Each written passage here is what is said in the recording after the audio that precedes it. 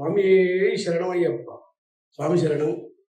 నన్ను ఈ ఘర్షకుర్తి గ్రామ పంచాయతీ సర్పంచ్ అభ్యర్థిగా గెలిపించిన గ్రామ ప్రజలందరికీ నేను శిరస్సు వంచి నమస్కరిస్తున్నాను.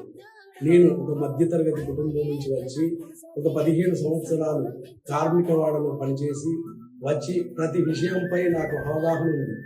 ఈ గ్రామ పంచాయతీలో 14 వార్డులు ఉన్నాయి. ఈ 14 వార్డుల్లో అనేక సమస్యలు ఉన్నాయి. మేము అందరం కూర్చొని ప్రతి సమస్యపై అవగాహన కుదుర్చుకొని ఏ వార్డులైతే ఏ సమస్య ఉందో ఆ సమస్యను ప్రతి ఒక్క వార్డు మెంబర్తో చర్చించి ఏదైతే ఫస్ట్ పరిష్కరించాలో ఆ సమస్యను పరిష్కరించి అందరి మన్నలు పొందుతామని మీకు విజ్ఞప్తి చేస్తున్నాను.